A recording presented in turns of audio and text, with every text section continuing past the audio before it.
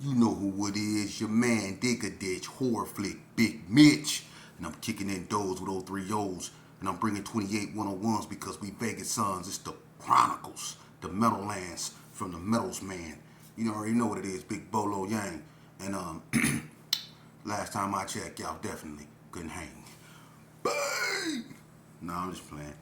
Welcome to Vegas Chronicles with your man, the horror flick from Supa 6 106, Bigg Mitch.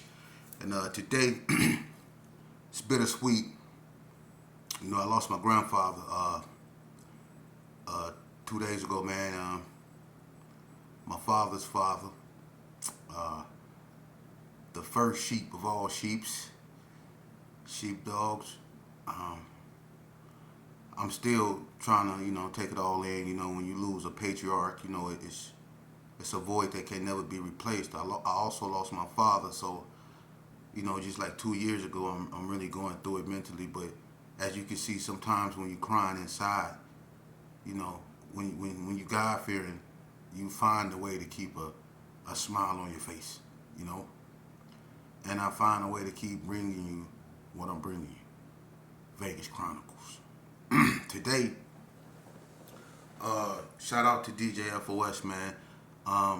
Yeah, let's do that. Get together, man, and I want to bring merchandise and gear and stuff, for those that have been following my platform, that's been supporting my platform. I have been monetized, and God willing, now I can start, bringing revenue in, not just for me, but hopefully one day God can put me in a position to where I can give back to my community and to people that's less fortunate than me, and because money don't make me. I never been about the one that that was into money, and I really didn't do this for money. I can care less.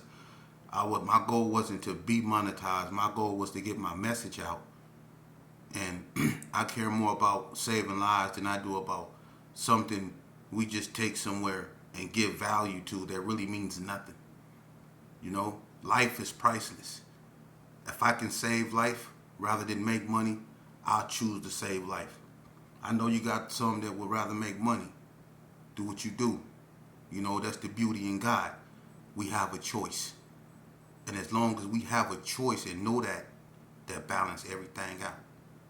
Now moving along. Today, I want to talk about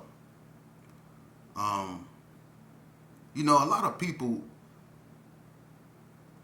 this buster, custer, or whatever terminology you guys be using. What's the real definition of a buster? Because to me, the real definition of a buster is many things. I mean, you could define it in many ways per se. And what I mean by that is, to me, when I used to gangbang and be about that life, because see, to me, a lot of people out here now, they doing some buster, and excuse my French, ass shit. Stuff that wouldn't been tolerated back in the day. And they know it. But since all the real people, or the real ones, basically then died off and moved on, you have these nobodies that all of a sudden became somebody. And like I said in my other videos, when people have to die off in order for you to become somebody, you were never nobody in the beginning. Okay? So a lot of dudes that play this tough role these days, y'all only do it because people dead and gone and people just tired of playing the game and moved on. But when those people were still alive and people were still playing the game, you was minimized to just standing on the corner waiting to hit the backwash of a 40 nobody else wanted, or the doobie to a joint nobody didn't want to smoke. You couldn't get in the car. You couldn't go with the homies. It was conversations you didn't hear because people didn't like you, trust you, or respected you. But now all of a sudden, you somebody, you hard, you Dre with the AK now, and I'm just speaking in general because dudes from every hood understand and feel what I'm saying. But my definition of a buster, for real, you could say dudes that switch sets, that, Let me explain something to you about that. Dudes that switch sets. A lot of people we know was one thing and became another. I'm gonna tell you something.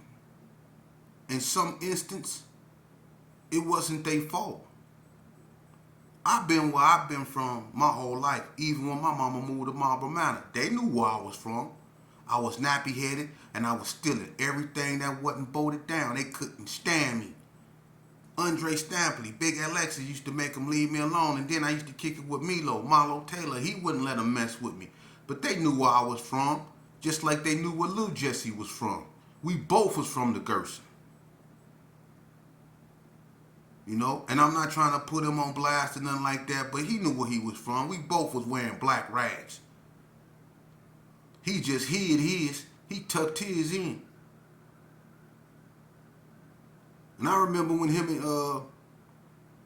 you know, not to bring up nothing old, but just to, you know, show you stuff, him and Kenny Foster got into it because he took a cigarette and burnt the hole in Kenny Foster a red rag. The boy Cosmo from the coast. This before Lil Jesse, you know, he did that behind Junebug in a red Fila sweatsuit that he kept wearing. He used to have this red Fila sweatsuit that had, it was white on the back. It was like a hoodie. And when you unzip it, it laid on his shoulder and it had Fila in white, but it was spelled Fila in red across his back. It was bright red. And him and Junebug got into it over that sweatsuit. And just like Burger B, rest in peace, my relative. Burger B used to stay by the coast. In that house up over there by the ABN, by the AMPM, right there over there off Rancho. Bonanza.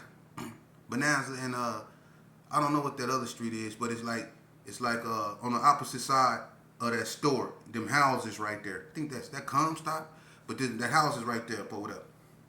Burger B stayed over there, and he used to hang out with Mizike, Michael Jones, Milo from the coast. They used to be a crew, but Burger B daddy is Big Pep. He was Lil Pep. They knew where he was from. But he hung out over there. But he hung out over there so much that when he did try to go to the G's, Cold Smoke and Amos jumped him. See, this real history. They jumped Burger B in the G's. That's why Burger B and Cold Smoke had that fight in Juvenile. Burger B wanted to get back.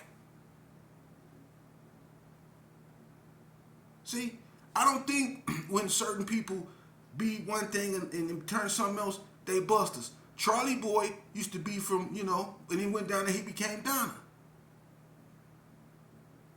Bob Green used to be from the, you know, and he be the face, he the 40 block. Lap from the Brownies was from he the face of the Brownies. So that don't mean, you know, Busta, some people just move on. You know, they just don't feel like, you know, this is for them. And they move on and find something that's for them. That don't make them no Busta. You know? Now, if you did something foul, like stole something, then ran off and knew you couldn't come back, so you start claiming something then, yeah, you're a Busta. If you did some telling and some gang decided to accept you for whatever reason, and you start claiming that because you know the other gang you used to be from is out to get you because you told, you know you're a Busta. If you ever PC'd up for any reason, if you went to prison, if you ever PC'd up for any reason, you're a Busta. See, you're a Busta. If you ever turned down a fade, I don't care from who. I don't care if a midget called you out and you said you too little for me to fight. If you turn down a fade, you're a Busta. You see? You're a Busta. you know. And to me, if you got knocked out by Tanya Washington, you're a buster too. Because I just can't see no female knocking me out. It ain't happening. Under no circumstances. I can't even play being knocked out. You know? But that's what make you a buster. For real. And I'm going to tell you what make you the ultimate buster. This going to really trip you out. This what make you the ultimate buster. If you still in the year 2023 running around claiming a gang, you a buster. You from Busterville, because I'm going to keep it real with you. It's over with, bruh. Just the other day I hit it up there tripping the Marios. We can't have nothing. That's some buster ass right there. That's some buster ass. We done already shot in stoves. J-Wack, Lil Mike, Shiesty Wack, and J-Back, they shot up the 7-Eleven down there in Northtown busting on the 60s, way back in the 90s, and was on the news. The youngest dudes ever to go to prison. Lil Mike was 13 years old. I think the oldest one in that group was Shiesty Wack, and he was 15 or 14. They was 13, 14, and 15 years old in prison for shooting up a 7-Eleven. So y'all over there shooting up Marios in 2023. That's some bust ass. Running around with guns thinking y'all this and thinking y'all that, calling y'all self this, calling y'all self that, when you seen where it got us. That's why a lot of y'all are without your fathers, because they succumb to the very same thing that y'all immersed in, meaning the game. The game. And just like, you know, my Cornbread, for instance, not only is he dead, but his son Cameron, he got murdered. And his other son, the one looked just like him, Taliban, that's what they call him. He claimed 6-0 and he in prison with a gang of time. Look at Brett Legacy. He got a daughter, anesthesia by Tessa, that he got. But look at his legacy. You youngsters think what y'all doing out here is cool. And you got some OGs up out here that low-key support what y'all doing. They do. Faking the funk. They wasn't never nothing back in their days. And they ain't nothing now in their old days. Still stuck in their old ways. Yeah, cuz. Yeah, blood. You know what I'm saying? You got some old ass dudes got great nose hairs out here. Yeah, blood. Yeah, cuz. A nigga go start going upside these niggas' head, man. We got to start showing these niggas You ought to be ashamed of yourself. And you wonder why we can't never have nothing, and a lot of y'all ain't never went nowhere in life, man.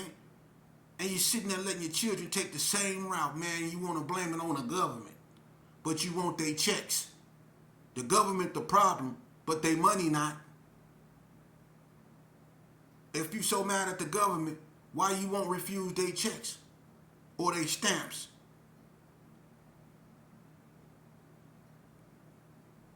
It's our badass kids, and I'm just getting to the point, man.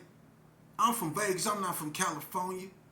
I can't be too much concerned what's going on in California or in Chicago. I got to be concerned about what's going on in Las Vegas, man. Because it's kids up over here dying too, man. It's kids up over here, man. These dudes up, man, come on. What happened at their school was horrible, man. And that made all us look bad. But ain't nobody marching. Ain't nobody marching. Look, you see the irony of that? You see the hypocrisy in that? Ain't nobody marching. They just shot up or whatever happened at Mario's. Ain't nobody protesting. And y'all know Mario, man, he ain't racist. He try to feed everybody. He have just as many blacks up in there, more blacks up in there than Hispanics. Come on, man. Y'all know Jay and Tim and all them, man. Mario is like a part of the community. Come on, man. A lot of people look at him like they looked at McNeil's Quick Check. A lot of people look at him like they look at Rita's. A lot of people look at Mario's like they looked at Stewart at Stop and Shop. You know, and anybody that really knew Stewart and knew McNeil's and knew Rita's, them was some good people. Stewart was a good dude. Especially to the Gersons. Stewart saved my life before. Locked the door. It's 1,000 bloods outside trying to get him money. He locked the door. I'm sitting there looking my age. Wide-eyed, scared to death, got to use the... I keep it real. But he locked the door. And stood there with a shotgun. I'm in there, I supposed to be hard, Gerson parked out, this and that. I'm in there scared to death. Over there by the liquor. Way in the back by the 40s. I'm knocking 40s out the way trying to get up out of there. Scared to death. Even when they was gone, I was still scared to leave. Because I thought they was up the street. I'm keeping it real.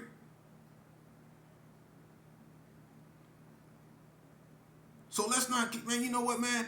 Let's sit down and have an honest conversation about what we fail to realize, recognize, and accept, which is our own demise, our own infliction, our own addictions, our own inner hatred. Let's sit down and talk about that. It's harder to deal with ourselves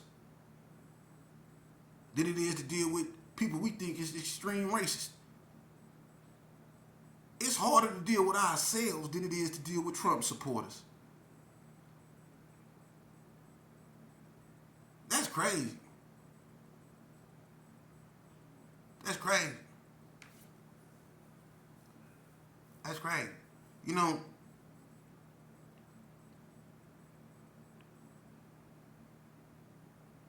I gotta say this, man. For real, man.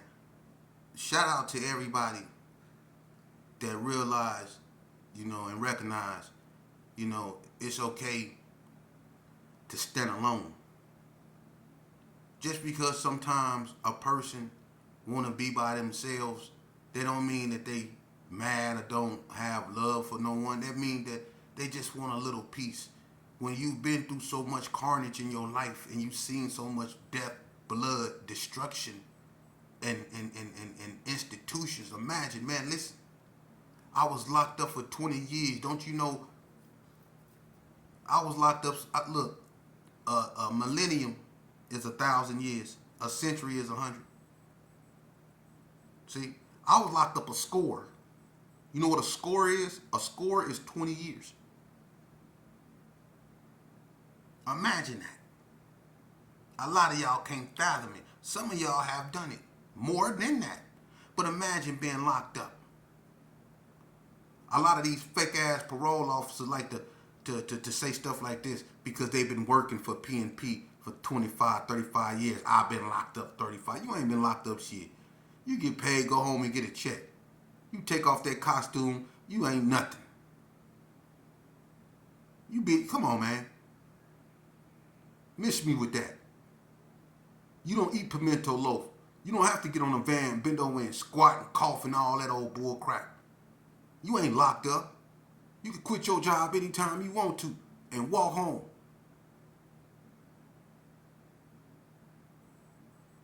See, this real. You think because you got a job that pay you to basically be babysitters, because that's all you is. You babysitting. You know, some of y'all just as crooked or even crookeder than the people y'all supposed to be watching out over. You're just as evil or even more evil than some of your parolees. And that's something God go deal with. I promise you. But to you youngsters out there that think it's cool to just be shoot 'em up, bang, bang, y'all go learn one word or the other just like I did, because I used to be shoot 'em up, bang, bang. I was hard just like that too. Check this out, Vegas Chronicles. I remember one day, Trip Mac. A lot of people remember when he had that black MC. Hey, look, he had a black MC, right? You remember the black MC with the white top? I remember when he had the two pair of chrome McLeans on one side and the two pair of gold McLeans on one side, on the other side. So depending on what side of the street you was standing on, he was sitting on gold McLeans or he was sitting on chrome McLeans. Y'all remember the car he had like that? All right. He got into it with somebody in the Brownies one night. All right. And me and Chill Dog was together. We was coming up out of the little carry arms, wet. Trip pulled up. Say, Sheep, let me holler at you. So, what's up? He said, he asked me, we talked, put it that way. I hop in the car with him. I ain't asked no questions. Hop in the car. We skirt up there to the Brownies. Now, whoever he got into it with was from the north. Because at this time, Valita was messed from one of them Donna streets. All right? And Roy Loke and all them from Hard Time Hustler, they used to be up through there. A lot.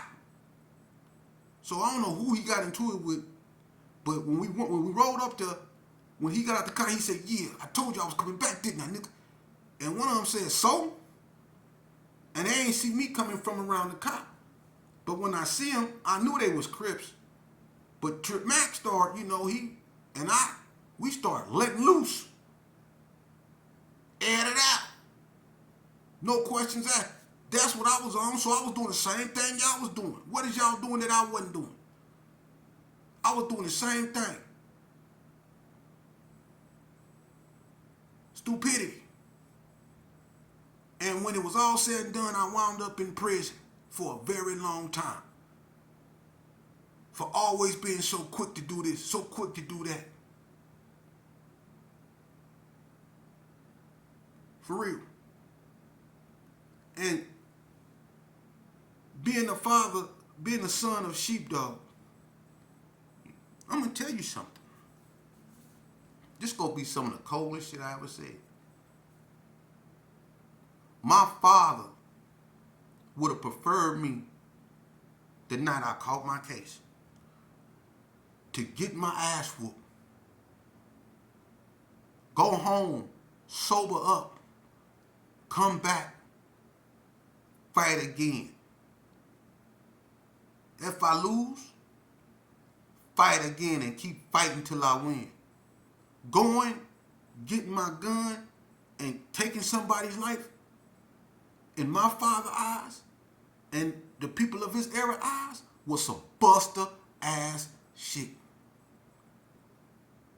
Because anytime you can't take an ass whooping, and you got to go get a gun, you a buster. I don't care who you is and how you feel. You a buster. Because when we was at our best, even though we was banging, the best days was the days when we was fighting. Because everybody went home. Even if you had a limp, you went home. Your mama seen you. She was able to feed you, nurse you back to health if need be. But your mama still had you. See, that's when we was at our strongest. Everybody was still around. Wasn't nobody going to no funerals. And if it was due to natural causes or freak accidents. But think about it. When people was fighting, that's why gangs was so deep. Because people wasn't dying. And they were so tough. That's when people were real men, stand-up men that could protect their women. Nowadays, the women gotta protect the man.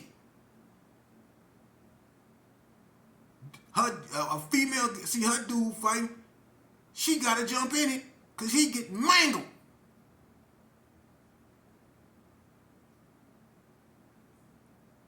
Or a homie see his homeboy fighting his female, and then his homeboy gotta jump in it because his homeboy getting mangled by his female. And y'all go around bragging about jumping a bitch. That's a Busta ass. And you ones that like hanging with your homeboys. Ain't nothing wrong with it. I did it. I did it. Ain't nothing wrong with it until you get caught doing something you ain't supposed to be doing. See? But I want you to focus on something. Because that attention you giving your homeboys, that you not giving your children, it's going to come back to haunt you. It's going to come back to haunt you. You know? Now, I know who my father was, and I know I have memories of him as a baby, but they 86th him out of the state of Nevada. Alright? So I couldn't see my father. So the only father figure I had, other than gang members, father-like figures that I looked to was a white man by the name of Mr. Watson in Elko. And you know, he used to call me Buckwheat. Get over here, Buckwheat. That's where I got that from. When I was 13, 12 years old. He used to go, whoa, get over here, dickweed. Or get over here, buckwheat. Cold hillbilly. Didn't have no eyebrows, had a cold glare. About 6'4", 6'5", about 260 pounds. Wore cowboy boots. Had big ass hairy arms. One of them hillbilly white boys, man. One of them, I'm serious, man. One of them Harley Davidsons. Like he was the leader of the Hell's Angel looking ass white boys. For real. And then you had a Mormon that was just as big named Mr. Anderson.